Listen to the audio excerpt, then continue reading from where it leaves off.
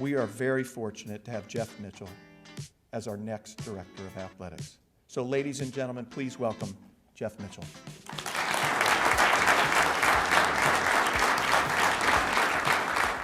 We are here with the new Athletic Director of Ball State University, Jeff Mitchell. Jeff, thank you so much for meeting with us today. My pleasure. I just want to start off by opening up the floor. Tell us a little bit about yourself.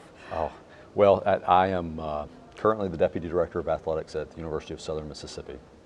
And I've had the great privilege of serving in a variety of roles in my career, including the last 4.5 years at Southern Miss, but prior to that, 12 years at Santa Clara University on the West Coast. And I'm a native Mississippian, former college baseball player and coach, and have built my career in athletics administration over the past 20 years. Absolutely. You mentioned Santa Clara, and multiple times today you've talked about mentors you've had from there. Can you go a little bit more into those relationships? Sure. So the former athletic director who hired me, Dan Coonan, is currently the commissioner of the ECAC, and Dan didn't have to welcome me when I was knocking on his door, but I was moving to the area and wanted to break into Division I college athletics, and so I just kept emailing him, and he finally answered, and I said, look, I'll do anything, just let me volunteer, and he agreed, and he's an attorney as well, and so we had that in common, and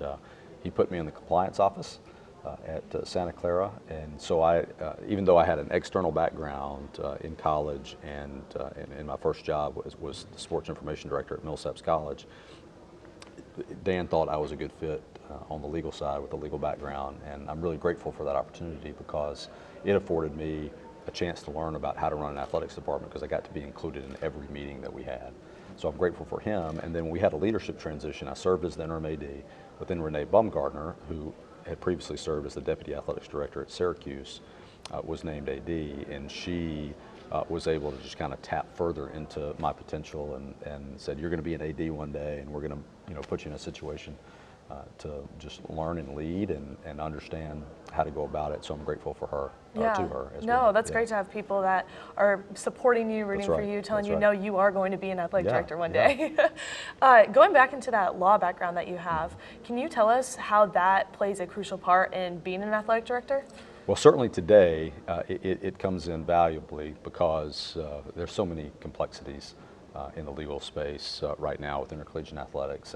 And so I thought back in 2005 when I graduated from law school that it would serve me well, but it certainly serves me well today. It has gotten so much harder in our space to navigate NCAA regulation, and certainly we're going through this period of transformation, and we've got a new president now at the NCAA, and there's just continues to be regulation, and it's not only from an NCAA standpoint, but it's statewide as well.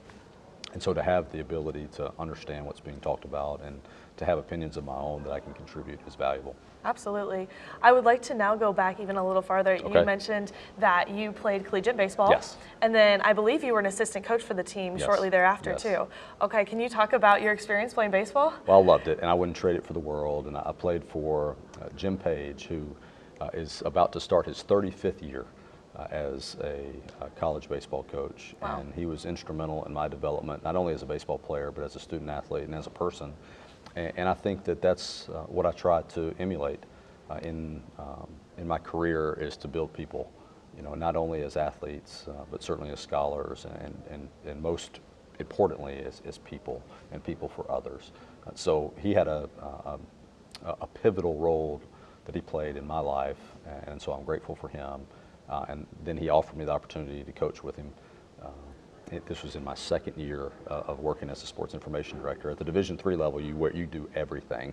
And so I was writing game recaps and coaching at the same time. But we had a great program, and the ability to coach others and to teach the game, it was a lot of fun. And so I can resonate with our coaching staff and understand what they go through. And so I get them, and that helps too as we have conversations with them, and those can be fun conversations, they can be challenging conversations, but I get what they go through, and I think that's important. Yeah, absolutely. You mentioned you were a sports information director because at the D3 level, as you say, you do everything. That's right. So you have a pretty good connection with media. Yes. Here at Ball State, we have we're we pride ourselves in our media Yes. programs. Yeah. I'm so impressed, by the way. Yeah. Well, thank you. Yeah, no, I am as well as a student. I'm a part of the Sports Link program here. We also have the David Letterman building, Yeah. which is has phenomenal facilities for students. We have great partnerships with athletics as well. And so how, coming into Ball State, would you like to continue those partnerships and those connections? I think we don't put limits on it. I think we just continue to grow it and grow the relationship. And I certainly will be open to visit with you and your colleagues. Yeah. It's important to me. Communication is one of my core values, and so I'm not going to shy away from having tough conversations. And I also want to promote what we're doing inside the athletics department, and not just internally, not just on campus, but in the community. And to the extent now that what you guys do can be all over the place in the click of a button, especially through social media. Right. Let's get the word out about Ball State. Let's do it. Yeah. Let's do it. Yeah. Staying on the Ball State topic, moving forward, what would you like to see happen in the athletic department in your time here with us?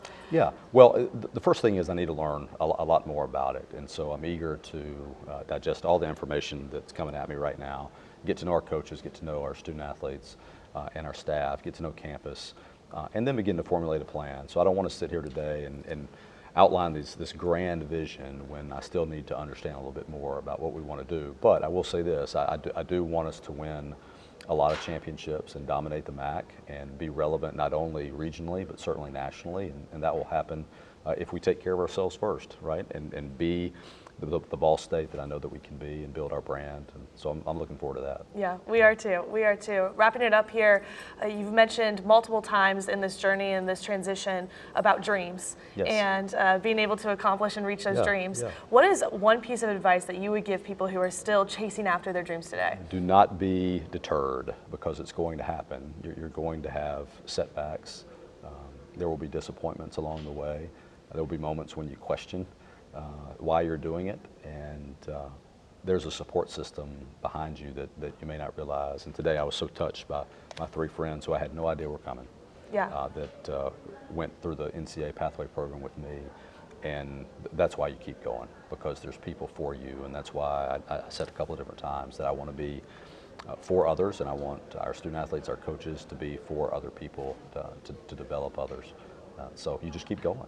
That's great. Yeah. That's great. Thank you so much for your time. Thank Again, you. we are so lucky to have you here, and we're excited to get started. Me too. Thank you very much.